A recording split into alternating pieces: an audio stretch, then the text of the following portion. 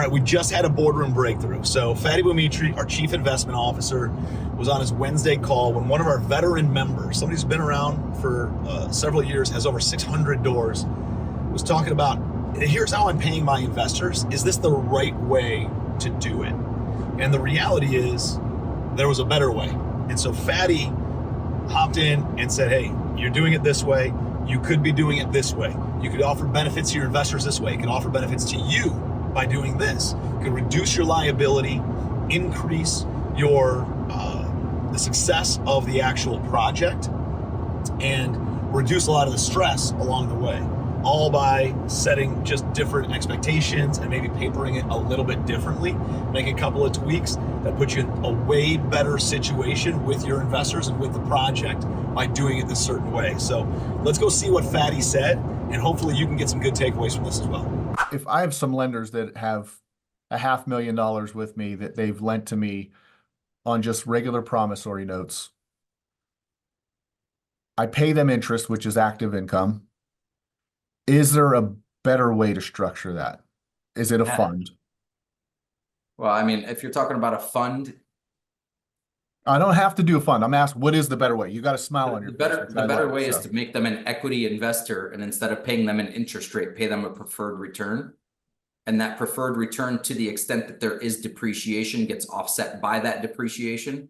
And as a result, they're getting this, let's say it's an 8% interest rate, right? You're paying them an 8% preferred return as you go, just the same as it was an interest rate. But whether it's 2 out of 8, 4 out of 8, 6 out of 8, 8 out of 8, whatever percentage it is of depreciation that you have, will, it'll offset that. So it's very possible, especially in a heavy value add, it's possible that they're going to get an 8% annual return from that preferred return and pay $0 in tax on it.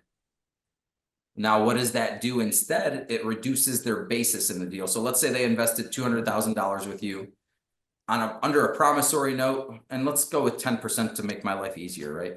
Under a promissory note, that 200 grand would get them 20 grand a year in interest, and they would pay taxes on that. 40% of that, let's call it roughly, because they're high income, whatever, roughly 40% of that is going to get paid in taxes, right? Same scenario, except now they're an equity investor with a 10% preferred return. Instead of getting that, that whatever it is, $20,000 in taxable income, they're getting that $20,000 in a deal that has enough depreciation to offset all $20,000 for them, because you just cost segged it, you just bought it, whatever. Now this person is taking home $20,000. They're paying $0 in tax on it this year. They're essentially reducing their basis. So their $200,000 in basis in your deal just went down to $180,000. And when you go to sell the building, they'll pay taxes on that $20,000 because their basis went down, right? So their basis being at 180 instead of 200 when you go to sell will result in them getting $20,000 of gain at the time of sale.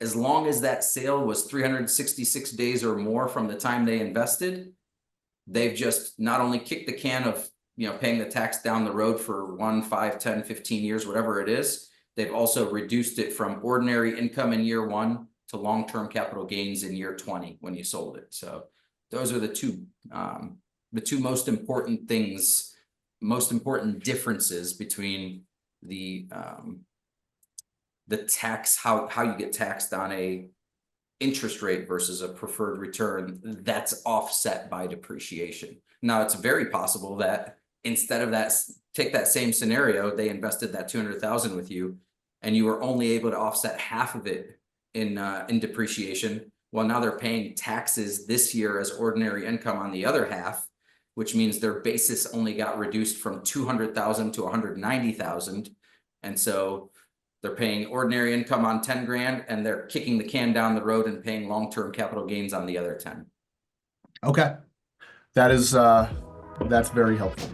So our goal is to give as much free information away as humanly possible through all of our social media platforms and try to help people with their businesses, help people with their lives. We also have something for people who want more one-on-one attention, which is Legacy Boardroom. Legacy Boardroom is a board of directors for your business. If you are doing up to about $10 million a year in gross revenue, you're making some money, you got some good things happening, but maybe you can't afford a C-suite of executives, of a chief marketing officer, a chief operating officer, a chief investment officer, a chief human resources officer, and you need access to these fractional C-suite executives. That's what this was built for, at a fraction of the price of what you could find anywhere else in the marketplace. So it's my actual team who have built multiple 7 and 8 and 9-figure businesses and real estate portfolios that is available every single day of the week on these daily boardroom calls. So any questions that you have, you can hop on, ask questions about operations to my COO, ask questions about acquisitions to my CMO, ask questions about raising private money to my chief investment officer, or team building to my chief HR officer. These guys are available to help you break through any sort of barriers and take your business to the next level, so that way you can build a business that is designed to feed your life and your lifestyle. So if you're interested in learning a little bit more, check out legacyboardroom.com.